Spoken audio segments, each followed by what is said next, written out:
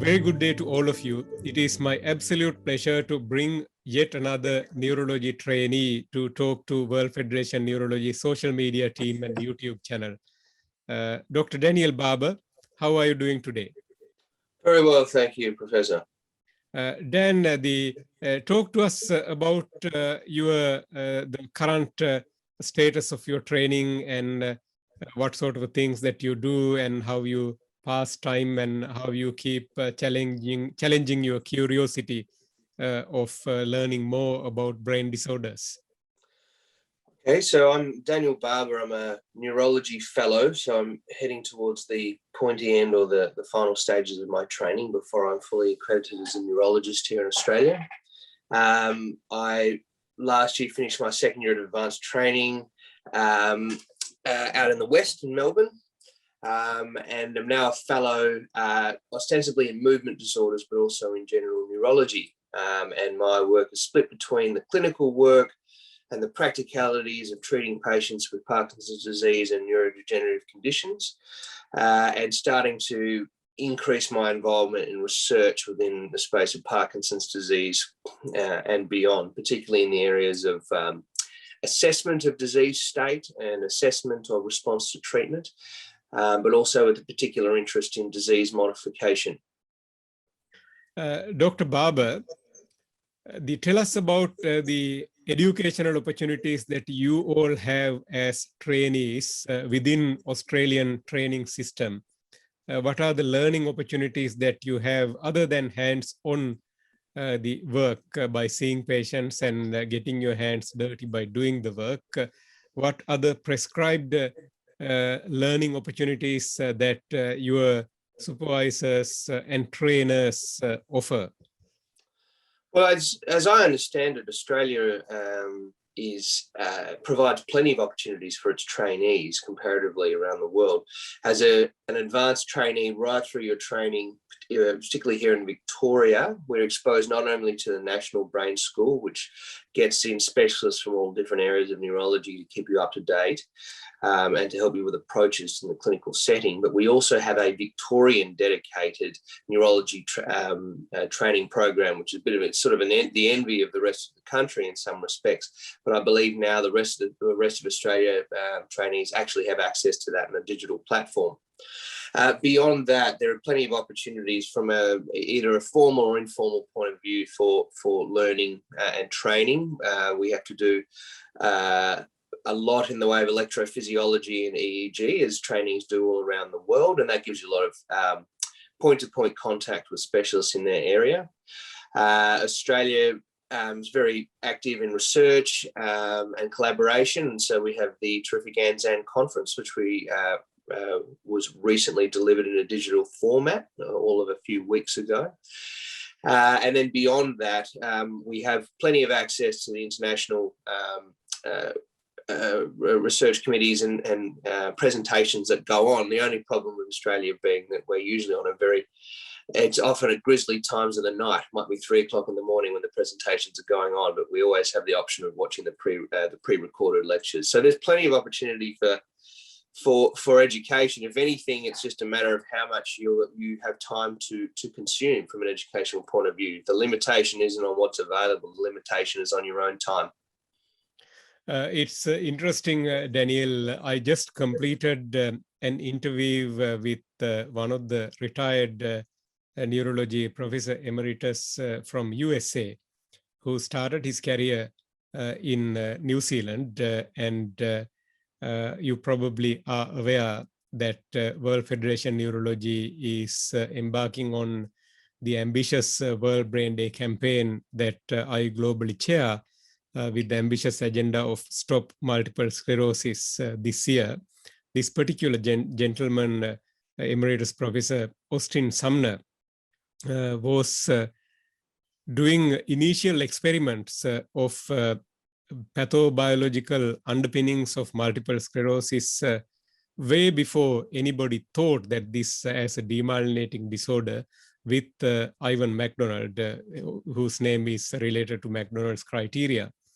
As I was digging hard, he was telling me that how in Otago, late Ivan and Professor Austin, who is still alive today, were studying cat models and then injecting their hind paws with diphtheria toxin, and then removing those neurons and then studying them under the microscope. This is way before we had internet or exceptionally good heating or this or that. So as a passing remark, I asked from him, so you two would have had ample time to socialize and enjoy Dunedin red wine and this and that. He said to me through Zoom interview that the experimenting with cat models was not easy task. We normally start experiments very early hours of the morning, and the one cat's experiment would go on until very late on the same day. Then the middle of the interview, it will be available to everybody to watch later on YouTube channel once the editing being done. I asked from him how did you cope up with such hard work? He was basically supporting late Professor MacDonald's PhD. He wasn't the main experimenter, if you like.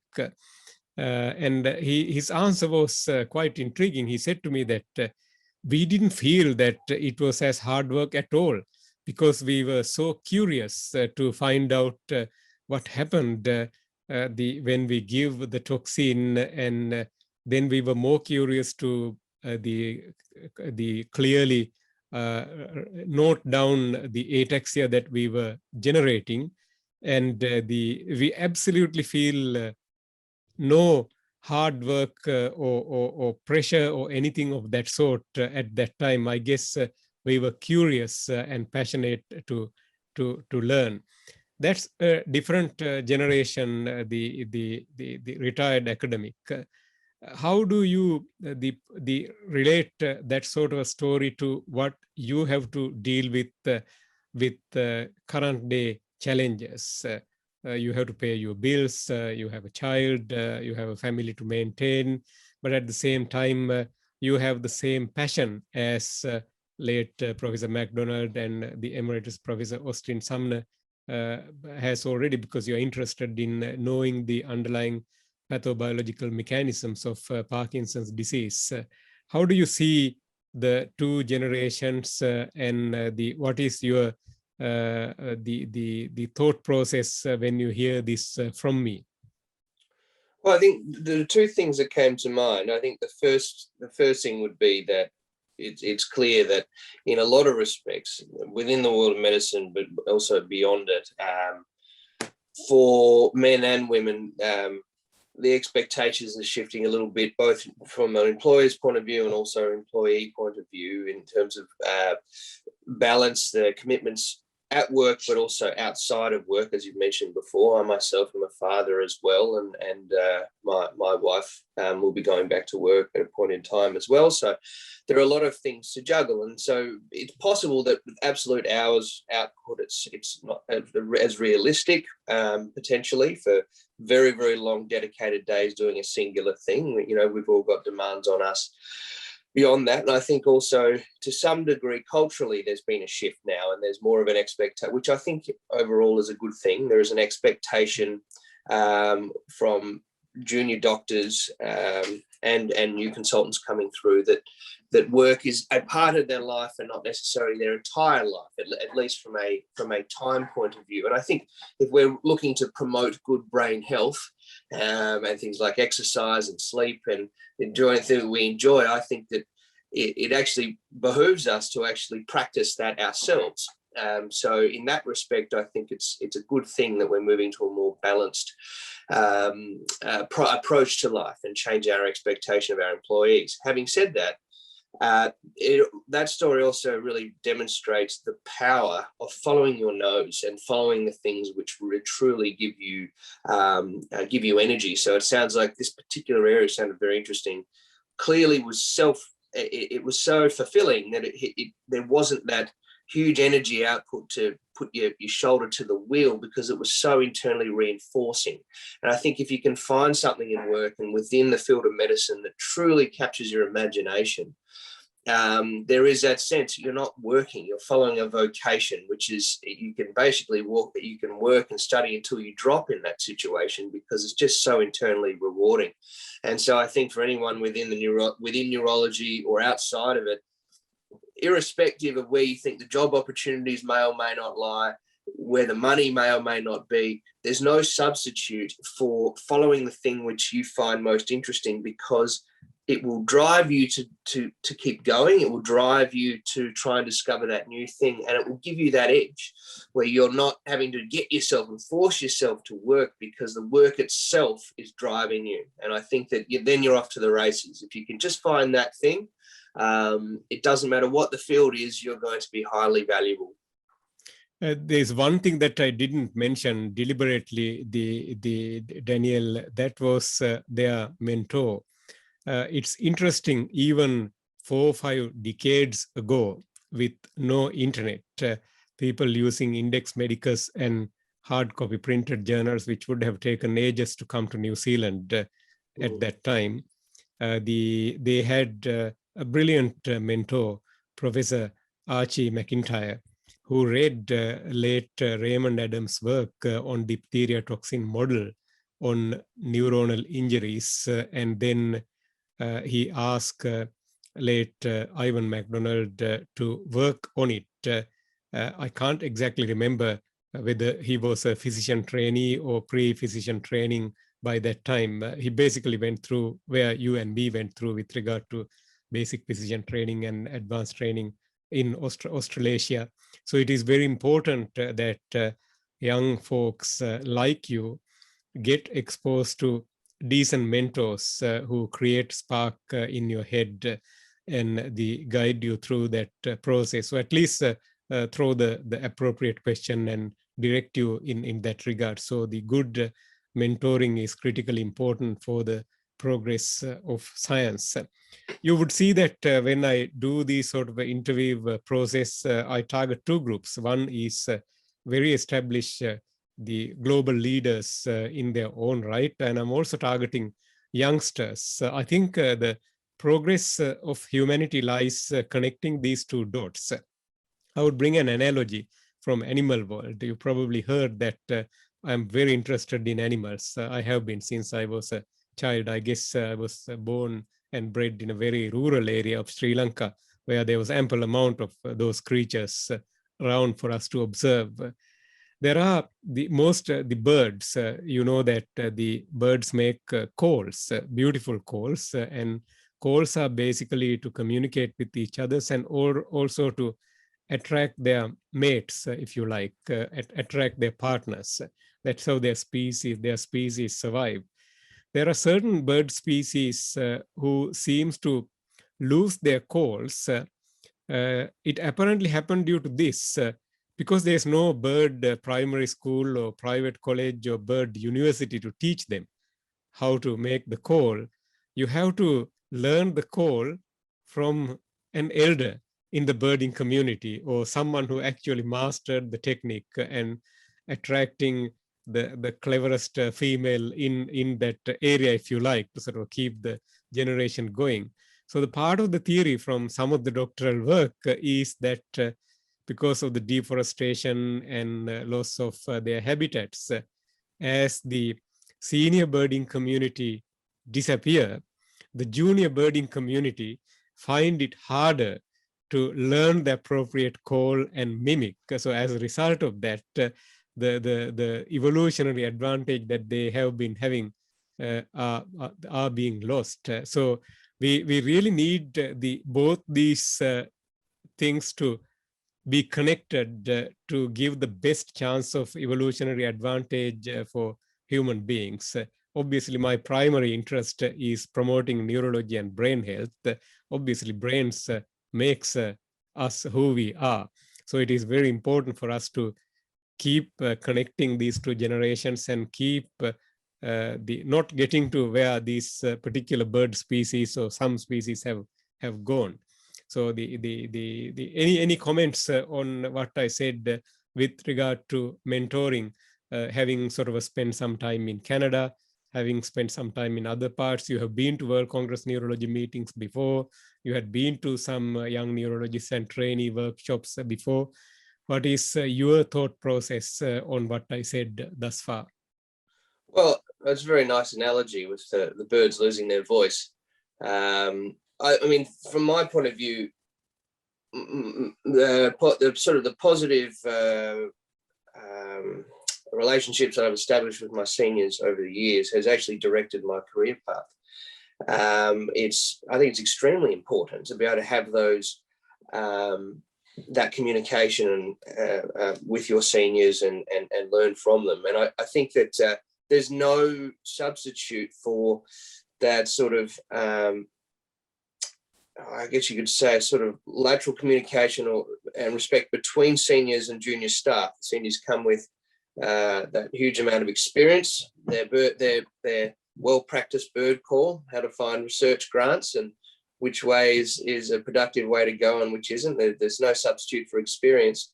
But at the same time, the very best mentors are also those that recognize that people coming to the field have their own advantage. The fact that they may think in different ways because they haven't necessarily had some of the more dogmatic parts of medicine entrenched.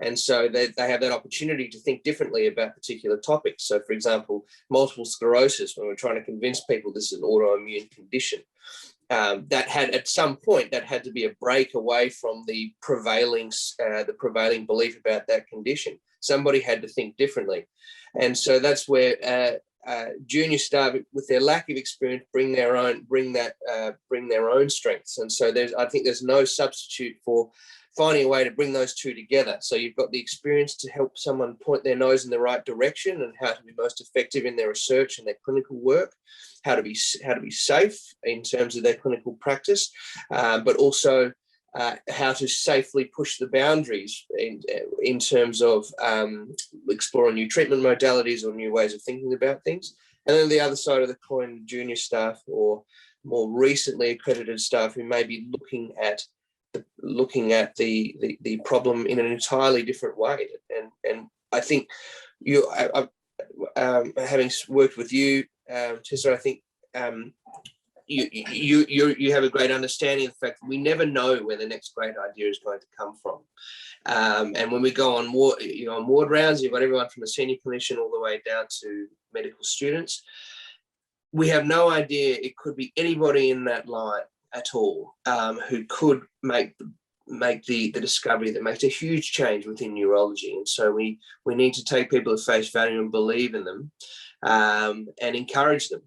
If we squash ideas stop coming, the birds stop calling, and we don't move forward.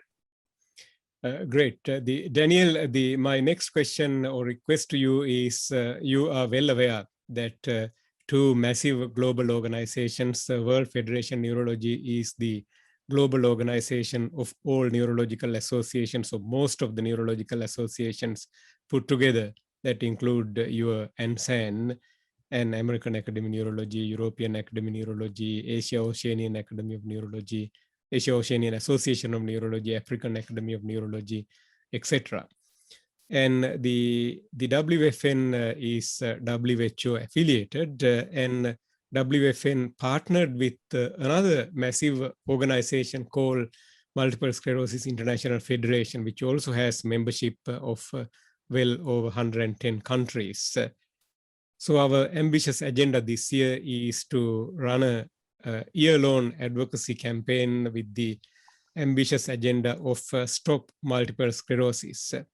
Me personally, as the global chair, what I wanted to see is 2.8 million posts by folks all over the world, anything to do with brain health, anything to do with brain, multiple sclerosis even better. Given that we have 2.8 million people with multiple sclerosis at this point of time worldwide, you and me both know the power of social media. If individually, if we start posting things on whatever the social media account that we have, because we all have at least few hundred so-called within inverted commas friends within that social media network, that multiplies hundreds, 200, 300s. So it's very easy to get to 200, 300 million thinking about their brain health. That's the first point, raising the awareness. The question and request to you as a youngster is, would you be excited and keen to take the material that we have created as part of this World Brain Day campaign that anybody can download by visiting World Federation Neurology website? They are ready to be used, basically. We have created artwork, short messages, press briefs, shareable things on a sort of week-on-week of basis. Do you think that the target that I'm dreaming about is achievable in this virtual era worldwide? And would you, as a youngster, be interested in the taking part on such a campaign and leading such a campaign within Asia, Oceania, and perhaps globally? Absolutely, it'd be very thrilling. I think there's no better time than now. We are more connected. We're more connected from an information standpoint, but right at the moment, we're more isolated from terms of physical distance point of view. We can't jump in a plane and in the middle of this pandemic, we can't jump on a plane and land in the States or in Dubai or anywhere and go to conferences in person. And so we have to find avenues to remain connected. And if there's ever been a situation where we've learned how important it is for the global community to work together with regards to health-related issues, we're currently living it. We can't silo ourselves. It harms everybody when we do so. And it's always more powerful when we share resources and when we share information. And that applies not only to clinicians and to researchers, but it also applies to patients. And everyone feels more empowered when they feel like they're part of a larger community, a global community. And I think it's very empowering for patients and for doctors when you can see the work that is going on globally on these different issues. And I'd be very excited to be a part of such a project. The good news is we will most likely have a dedicated issue for global advocacy related things in Journal of Clinical Neurological Sciences, which is the official journal of World Federation Neurology. Mm-hmm. Hard to publish there. And the good work that you do would be able to be published in that special volume this year, as I heard from the editor-in-chief recently. My last question is, you wrote a paper as a medical student from the medical school in relation to neuroscience. What is your message to medical students? How should they get involved more early on, wherever they are, whichever the country that they live in? How would they get their nose into the most fascinating aspect of internal medicine, which is neurology? Personally, I like to call it as the queen of internal medicine. Well, from my point of view, the best thing that I did was demonstrate interest to people in the field. And so it's as simple as reaching out to the team, emailing people who are working in areas that tickle your curiosity, and just ask if you can get involved in any way, shape, or form. And you will find, as a rule, well, there are exceptions to this, but you'll find as a rule, it doesn't matter where you are on the ladder, so to speak. If you demonstrate curiosity in somebody's field, people respond positively like that and want to bring you in and want you to be a part of the process. Everybody wants there to be interest in their field of expertise and their field of interest. That's human nature. And so if you can demonstrate that interest and say you want to be a part of the project, you never know who you might meet and who you might connect with, and the mentors that those foundational relationships you can establish really, really early on. And those early relationships, professional relationships and research relationships, can really become extremely powerful as you go along your training. And sometimes they come from places you wouldn't necessarily expect. And the place where you think all your interests lie may change over time, but that doesn't matter. Again, I really am an advocate for following your nose. The more you follow your nose, the more internal drive you have to work, the more internal drive you have to learn. and the more responses you'll get from the people around you, because they'll recognize somebody who has an inherent curiosity and wants to make a bit of a difference, and opportunities will open up over time if you just follow your nose. And for those communities from disadvantaged and culturally, linguistically diverse backgrounds, or people, especially at high school age, if they are struggling to getting into medical school or enter into medicine, what is your message to them? Well, I think the message needs to go to them, but also to the broader medical community. And I think the people who, the very people who feel as though they're having trouble breaking into the medical community because of, for example, whether it's a linguistic or cultural reasons or whatever they may be, are the same reasons that we desperately need these people. And so there's no substitute for putting your foot forward and declaring your intentions and your passion to do medicine. And I would hope, and I do believe, that within the field of medicine, we're improving and we're looking to respond to that. And we want people from all diverse backgrounds with different strengths to enter the medical community. And I would say to anybody interested in doing medicine, irrespective of your starting point, medicine's terrific. And neurology, even within neurology, is the same. There's a job and there is a career path to suit most if not all personalities and all different levels of skill sets. So my message to young people looking to do neurology: put your foot forward and say, this is what I want to do. And if you come at it honestly, there will always be someone out there to respond and to help you through that process. And to the medical community at large, it's our responsibility to make medicine more accessible to more people. Because as we said before, we never know where that next major breakthrough is coming from. Absolutely. In this world, when we talk about brain health, we talk about one brain health, one global brain health. There's no sort of a English brain health, non-English brain health, African brain health, Asian brain health, Chinese brain health, it's the first Australian brain health. It's not like that. We are talking about universal brain health. I am of the firm belief that when the problems are universal, solutions more or less has to be universal also. And in fact, the diversity is a strength. You have been to World Congress Neurology meetings before.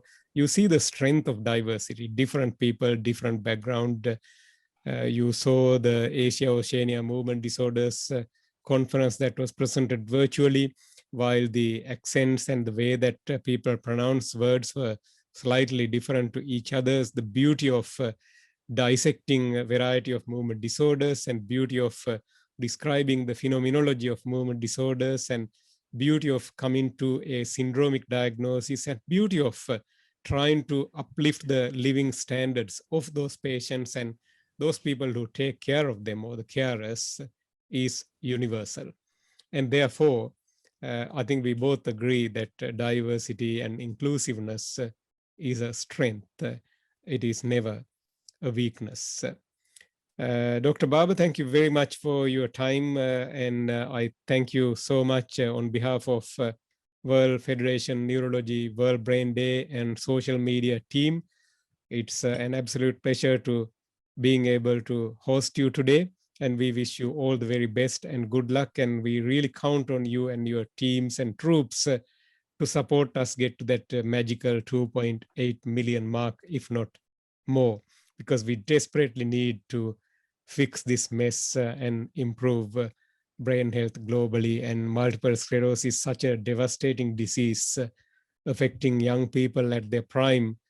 While we have absolute spot-on treatment that really shows what Ian MacDonald and the Austin Sumner and rest of the others done with those cats and other things in this part of the world, in the most unlikely possibilities, explaining basic pathobiological mechanisms and mechanisms of disease. Now we are at the opposite end. We can almost cure multiple sclerosis, to the extent that the clinicians now talk about NEDA, or no evidence of disease activity, which is almost cure.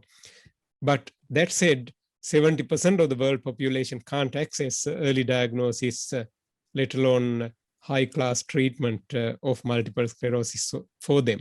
So there is a great deal of work that still need to be done. And you and me can't do this alone. But if we put our heads together, if we raise awareness of what is on offer in the community globally, these things happen. We have seen the COVID-19 vaccine being born within 10 months of a pandemic, which was almost unheard of before. So hopefully, during our time, we would see more success stories. Any final thoughts? No, I think you made a very good point there, and that we've just demonstrated during this pandemic what we are capable of as a species when we're motivated to do so.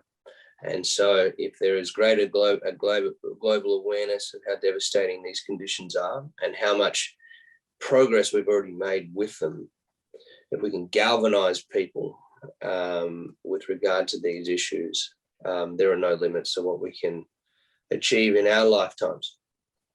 Thanks very much for having me. It's a pleasure. Have a good day, and the good luck with your training and future plans. Thanks, Professor.